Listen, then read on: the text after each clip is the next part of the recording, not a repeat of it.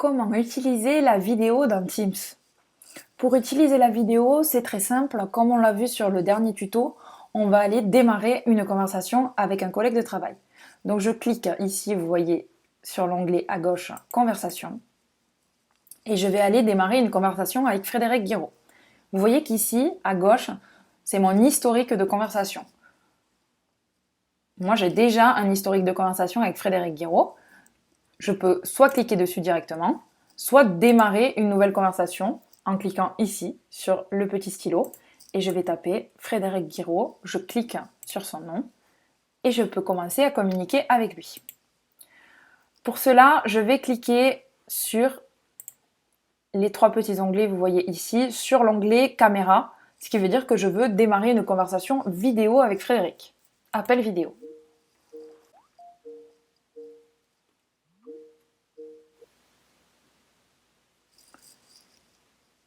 Hello! On va regarder un petit peu les options en bas à gauche. Ici, la première, c'est 18, 19, 20. C'est tout simplement la durée de l'appel avec Frédéric. Donc, vous voyez, on est à 23 secondes.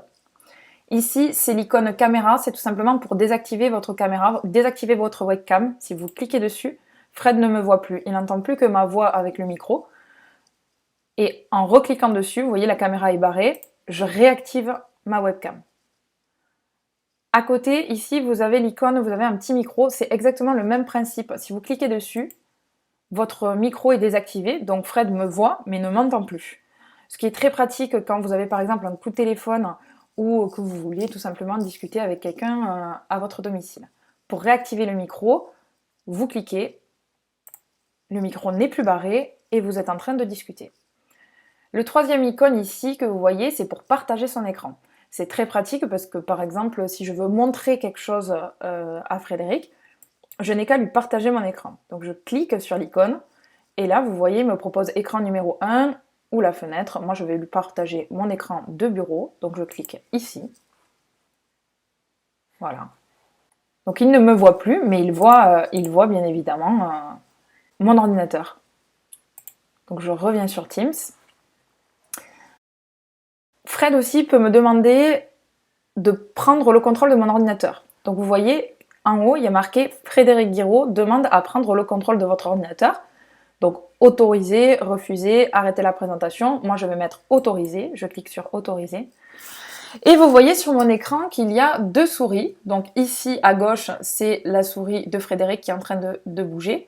Et là, à droite, c'est tout simplement ma souris. Donc Fred, quand il a le contrôle de mon ordinateur, mais il peut tout simplement se balader. Et il est sur mon Teams. Voilà, donc il peut cliquer sur les autres onglets. Voilà, il peut vraiment me montrer ce qu'il veut, si jamais il a envie de me montrer une fonctionnalité particulière. Donc c'est vraiment lui qui a le contrôle de mon ordinateur. Pour arrêter le contrôle de l'ordinateur, c'est tout simple, vous arrêtez le partage de connexion qui est ici. Ensuite, les autres actions, trois petits points. Quand vous cliquez sur les trois petits points, vous avez une liste d'options qui défile. Celle qui est intéressante, c'est celle-là, c'est flouter mon arrière-plan. Comme vous le voyez chez Fred, il a flouté son arrière-plan et je ne peux pas voir les détails de son domicile. Donc moi, si je fais pareil, voilà, vous voyez ici que mon arrière-plan devient flouté. L'onglet d'à côté, c'est afficher la conversation. Afficher la conversation, si vous cliquez dessus, on peut bien évidemment discuter, mais aussi collaborer sur des fichiers en même temps que l'on se voit. Pour arrêter la conversation, vous revenez ici et vous cliquez sur masquer la conversation. Donc exactement le même onglet. Dernier onglet qu'on va voir, c'est afficher les participants de la conversation. Si je clique sur cet onglet, on voit qu'on est tous les deux, Fred et moi, mais on peut aussi inviter quelqu'un à rejoindre notre conversation. Donc c'est ce qu'on va faire. On va par exemple inviter Steve. Donc Steve apparaît, je clique sur Steve et automatiquement, quand je clique sur Steve, Steve est invité à rejoindre la conversation vidéo. On ne sera plus 2, mais on sera 3. Et Steve nous répond et nous voyons que Steve est avec nous sur la vidéo. Dernière icône, raccrocher. Vous cliquez sur raccrocher et la discussion est terminée.